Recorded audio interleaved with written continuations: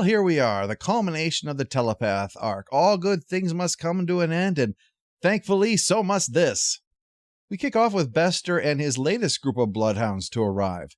He says since all the rogue telepaths are humans, they are under Earth jurisdiction, so Psi Corps has the authority to handle this. Byron's people are contained for now, and the rest, the ones who left Brown's sector, are being pursued. But he makes clear, these are their children who have gone astray.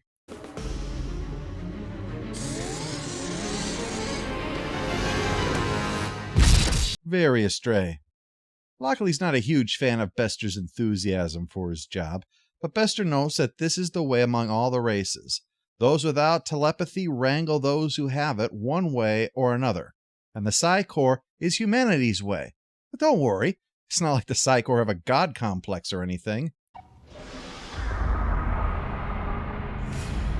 After the titles, Lockley sees Sheridan so they can talk with Byron remotely. Sinclair makes clear his displeasure. After all the talk, there are now 4 dead people, and to compound it, Byron says the only way the violence can stop is for the Psi Corps to leave, which is clearly a non-starter. Look, it's a shame that it has come to this. But Byron, you overplayed your hand. You didn't consider the potential consequences, and well, now they're here. It sucks, but unfortunately some bad choices cannot be undone.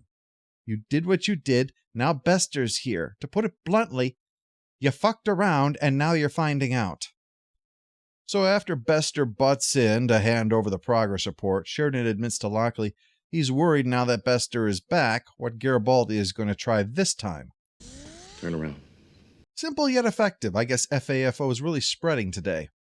He's here to get a confession out of Bester about what he did, but Bester refuses. Garibaldi won't shoot, he says. Garibaldi has decided, though, that he is fully prepared to be sent up the river in order to get revenge. Bester does actually believe that. It's just he believes that Garibaldi won't shoot him, because he stuck a "you cannot kill Bester" first law of robotics into Garibaldi's head. Garibaldi can think it all he wants, but his body won't actually follow through on the desire. Sounds like a feeling of impotence, really. Come to think of it, it literally sounds like a feeling of impotence. Speaking of dicks, Byron feels like one right now. He tried to teach people violence isn't the way, and people are out killing in his name. Well, at least we know Lita would never do that. That's comforting. No, she wants to know what Bester had meant before about Byron not keeping promises, so he finally confesses he's a P-12. And as all P-12s are psychops, you can see why that makes him uncomfortable. What's worse is that he was assigned to work under Bester. He was the protege of the guy that they're all fleeing from.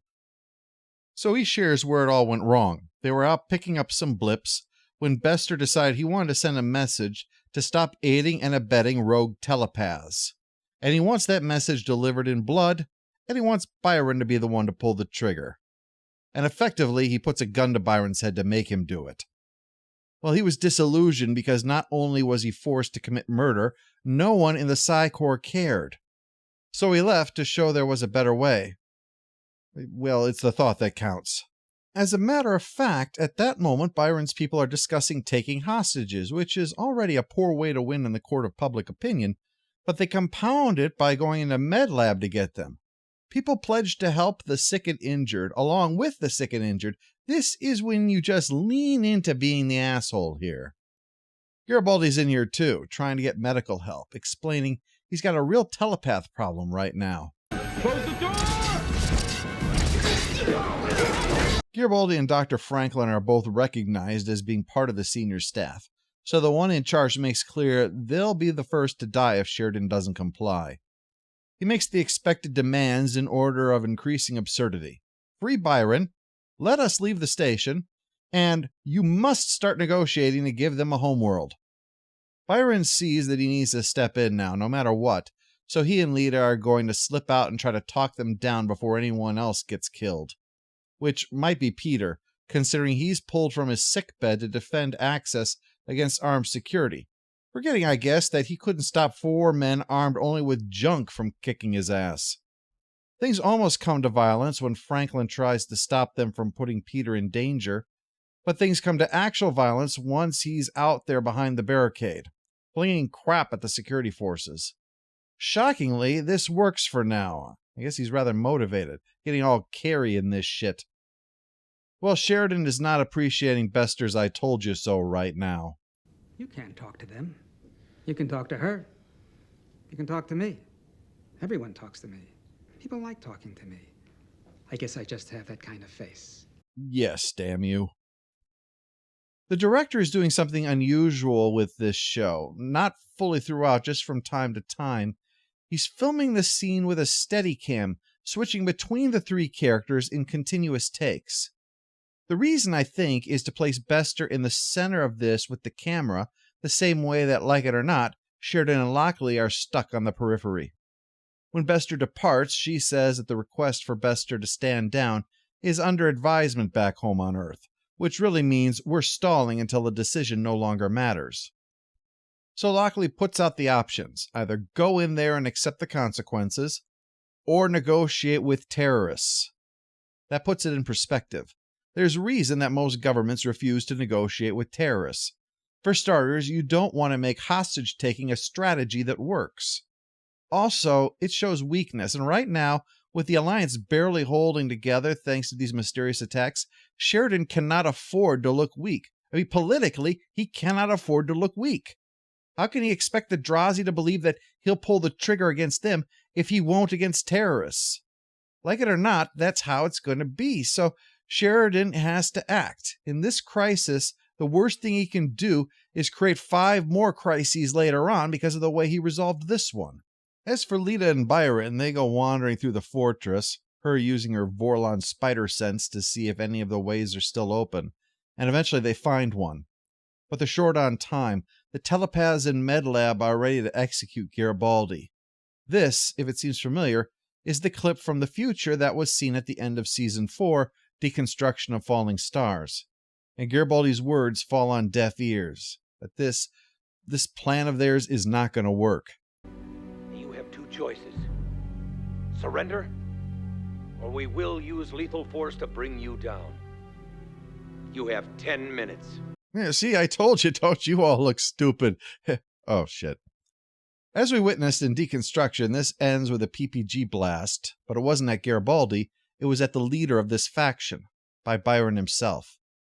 Speaking of disillusionment, Sheridan reflects on how much Garibaldi has been through, a continuous presence since day one, through all the ups, downs, ins, outs, always bouncing back, only to now potentially die because of Sheridan's decisions.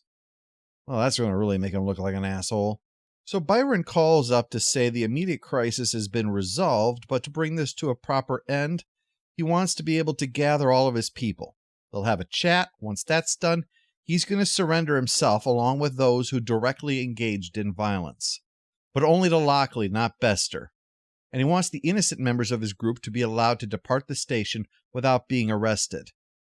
This is less a hostage demand and more of a plea to stop the bloodshed from starting all over again, and Sheridan and Lockley go along with that. Seems things have gotten a little too politically hot, and EarthGov is only too happy to let Sheridan hold on to it now. Well, Bester, much like this political hot potato, is steamed. Not only will most of them get away, but the only way that he gets Byron is by going through channels, and he hates going through channels. It's so much easier to just, well, do whatever. Bester is not taking defeat with grace and heads down to psychically talk to Byron. He tries to play the "we both made mistakes" thing, which is true, but not really a reason for the two of them to put things aside.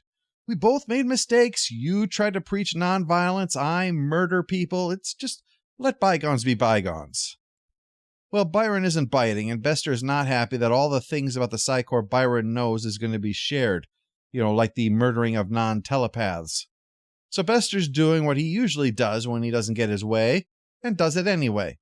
In the midst of the surrender, Bester comes running in with a gun, followed by bloodhounds, and this is a fart into a flame that nobody asked for. See, Bester's mistake is that he doesn't understand that many of the telepaths that follow Byron, they have a pathological fear of the Psy-Corps. They would literally rather die than go back. So, seeing him like this causes a massive panic, a firefight breaks out, and eventually an actual fire. Flammable chemicals get spilled, and Byron decides that an explosion is what is called for. He sends Lita away, but then he and his people perish. Eventually. Man, this guy doesn't know how to find the exit. Bester is gobsmacked over this ending, that telepaths would side against telepaths to that point, that they would choose death over going with him. I don't understand. I truly don't. Maybe you just have that kind of face. In the coda, Franklin stops by looking for Garibaldi, sharing how lost he seemed while asking about that neural block thing, but no time for that. Lita has a little revelation. Seems that Byron shared a bunch of things with her at the end. Things to help those who are being allowed to go, safe houses, contacts, and such, so that now, as they depart, they can carry on with Byron's message of nonviolence. The main headquarters for the Psi Corps was bombed early this morning by unknown parties. The only clues found at the scene were the words, "Remember Byron," painted on the side of the building. Yep, Garibaldi's not the only one who needs a drink right now. On March 31st, we're going to take a look back on the telepath arc in anticipation of moving on from there with The Ragged Edge on April 1st.